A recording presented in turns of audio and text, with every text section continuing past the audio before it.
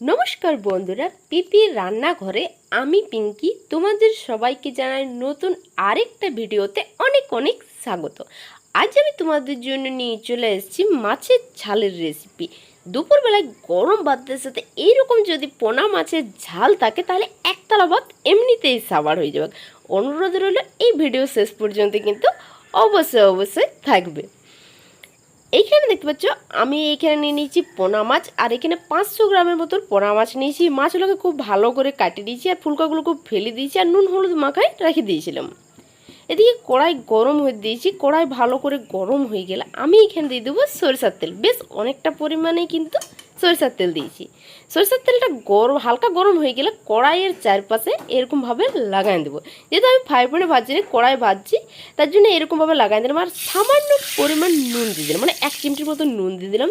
এবার নুনটা দিয়ে খুব ভালো করে আমি কড়াইয়ের চারপাশে নুনে আর তেলে লাগাই নেবো, কারণ এই নুন দিলে কিন্তু মাছগুলো কড়াইয়ে লাগিয়ে যাওয়ার চান্স থাকে না আর খুব তাড়াতাড়ি কিন্তু ভাজা হয়ে যায়। এখানে দেখতে পাচ্ছি আমি এক এক করে মাছগুলোও দিয়ে দিয়েছি আর মাছগুলো লাল লাল হওয়া পর্যন্ত ভাজি নেবো।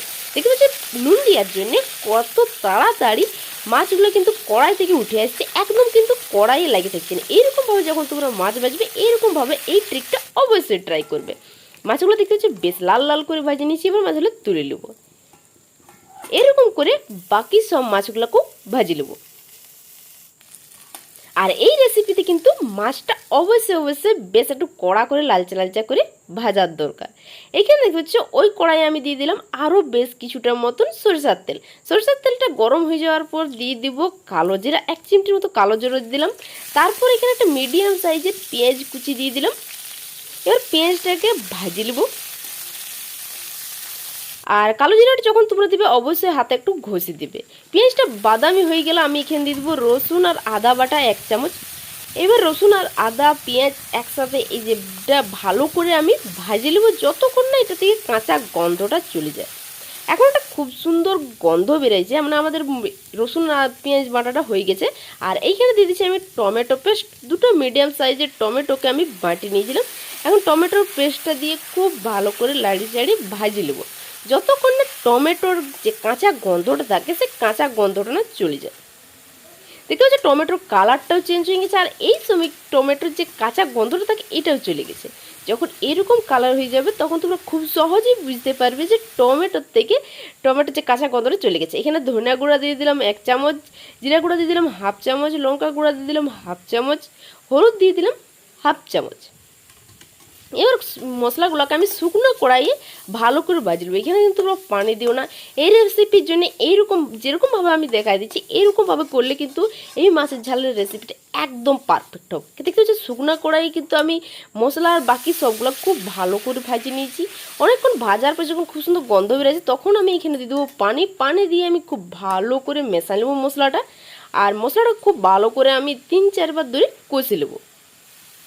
দেখতে পাচ্ছ মশলা থেকে তেল ছাড়তে আরম্ভ করেছে, তবু কিন্তু আমি খুব ভালো করে আরও লাড়বো। আর এরকমভাবে যদি মশলাটা তৈরি করা হয় যত বেশি কষা হবে কিন্তু মাছের ঝালটা তত টেস্টি হবে। খুব ভালো করে লাড়িয়ে নেবো। দেখতে পাচ্ছ এখন দেখো মশলার কালারটা চেঞ্জ হয়ে গেছে। আর আমি এখানে দিয়ে দিলাম স্বাদ মতো নুন যে যেমন খাও সেরকম নুন দিবে। আর এটাতে বেশি ঝোল করবো না, ওই জন্য আমি নুনটা কম দিলাম। আর মশলার কালারটা যখন চেঞ্জ হয়ে যাবে তখন জানবে যে তোমাদের মশলাটা কিন্তু একদম পারফেক্ট রেডি হয়ে গেছে এই রেসিপির জন্যে।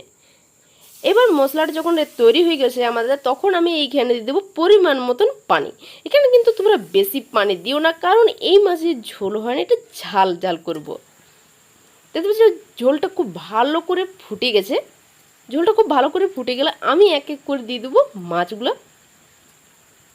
আর এখানে দেখতে পাচ্ছি অনেকগুলো মাছ হয়ে গেছে, ওই জন্য ঝোলের থেকে উপরে আসছে, কিন্তু তবু আমি বেশি পানি দিচ্ছি না, কারণ এই মাছটা যেহেতু ঝোল করবো না ওই জন্য আমি কম পানির মধ্যে এটা কিন্তু মাছটাকে ফুটালবো। আর এই রেসিপির জন্য কিন্তু অবশ্যই মাছগুলো তোমরা লাল লাল করে ভাজে নেবে। 2-3 মিনিট এরকম ফুটতে দেবো। ফুটার পর মাঝে আবারও কিন্তু একবার লাড়িয়ে দিতে হবে।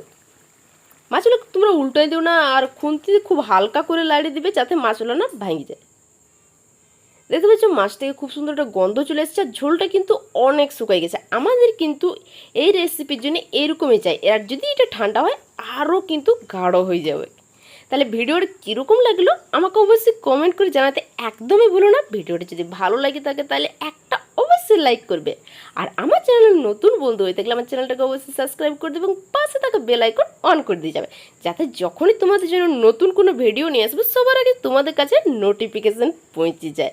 আর তোমরা কমেন্ট করে জানাতে পারো যে নেক্সট তোমরা কোন টপিকের ভিডিও চাইছো, আমি সেই রকম তোমাদের যেরকম ডিমান্ড থাকবে সেই রকম অবশ্যই ভিডিও আনার চেষ্টা করব। তাহলে ভিডিওটা যদি ভালো লাগে অবশ্যই লাইক করবে। তাহলে দেখা হচ্ছে পরের অন্য কোনো এরকম সহজ সুন্দর একটা রেসিপিতে। ততক্ষণ খুব খুব ভালো থেকো এবং পরিবারের আর নিজের খুব করে খেয়াল রাখো। তাহলে বাই বাই, দেখা হচ্ছে অন্য কোনো ভিডিওতে।